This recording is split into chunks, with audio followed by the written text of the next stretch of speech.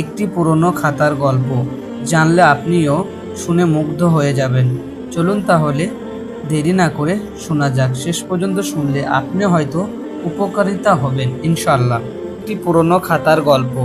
সেদিন বিকেলে আমি ল্যাপটপ নিয়ে বসেছিলাম আমাদের বাড়ির সামনে বাগানে। হঠাৎ বাবা এসে পাশে বসলেন। গাছগুলো আগের মতো নেই, কিন্তু শুকিয়ে গেছে, কিন্তু এখনো টিকে আছে অনেকটাই বাবার মতোই। তার বয়স এখন ৮০-র কোঠায়। চোখে কম দেখেন, কথাও ধীরে ধীরে বলেন। একটা কাক উড়ে এসে ঘাসে বসতেই বাবা প্রশ্ন করলেন, ওটা কি? আমি বললাম, কাক বাবা। কিছুক্ষণ পর আবার প্রশ্ন, ওটা কি বাবা? এবার আমি একটু বিরক্ত হয়ে বললাম, বাবা, কাক বললাম না তো, দেখতে পাচ্ছ না তুমি? তবুও আবারও সেই প্রশ্নই, ওটা কি বাবা? এবার আর নিজেকে সামলাতে পারিনি, রেগে বললাম, আরে বাবা, আপনি বারবার একই কথা কেন বলছেন? কাক কাক বলছি, তবু আপনার কানে ঢুকছে না? আপনি কি দেখতে পাচ্ছেন না?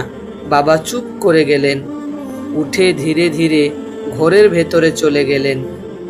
আমার ভেতর থেকে একটা অদ্ভুত স্থিতি মনে হচ্ছিল, বাবা যেন এখন একটা বোঝা হয়ে উঠেছে।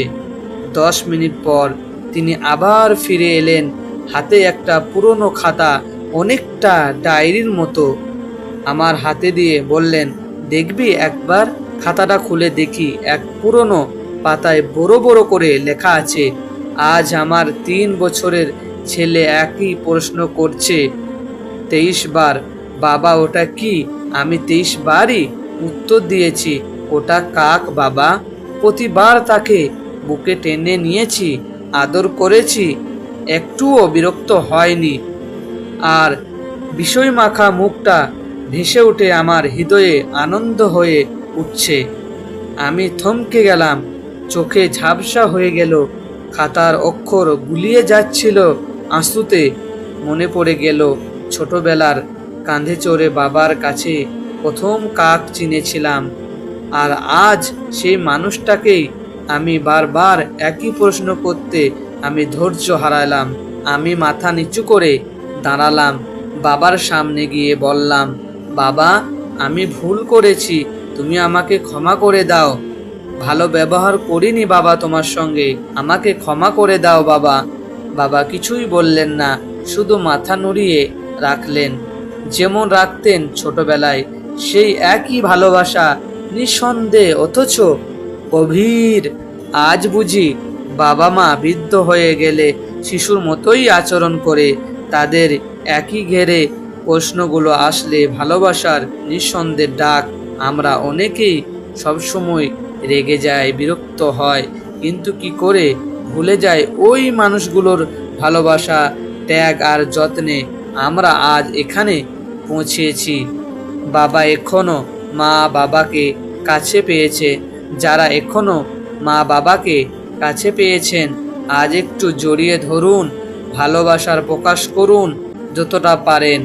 আর যারা হারিয়েছেন, তাদের স্মৃতিকে স্নেহ স্মরণ করুন, কারণ তারা ছিলেন বলেই আমরা আছি।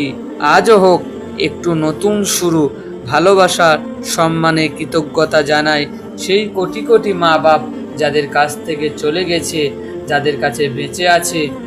আজ থেকে আমরা নতুন করে জীবনকে উৎসাহিত করে মা বাপের কাছে উদযাপন করি, এবং মা বাপকে আমরা এখনো অনেকেই মা বাবাকে সম্মান করতে পারি না, ভালোবাসতে পারি না।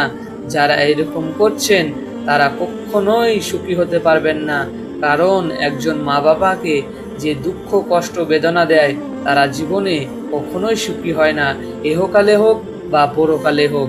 তাই বলছি, যাদের মা বাপ বেঁচে আছে বর্তমান সময়ে, তাদের সঙ্গে ভালো ব্যবহার করুন, কথা বলুন, মিষ্টি মিষ্টি করে, দেখবেন আপনাকে দোয়া দিবেন। আর মা বাপ তার ছেলে মেয়ের প্রতি কখনোই নারাজ হন না, বরং খুশি হন তাদের সঙ্গে একটু সময় দিলে। আজ আমাদের বর্তমান সমাজে মা বাপের কাছে সময় দিতে আমাদের বিরক্ত বোধ হয়, এবং সেই সময় বাইরে আড্ডা মেরে কাটিয়ে দিই। দীর্ঘ ঘন্টার পর ঘন্টা, অথচ তারা সুযোগ পেলেই আমাদের ক্ষতি করতে চায়। আর মা বাপরা কখনোই ক্ষতি করতে চায় না।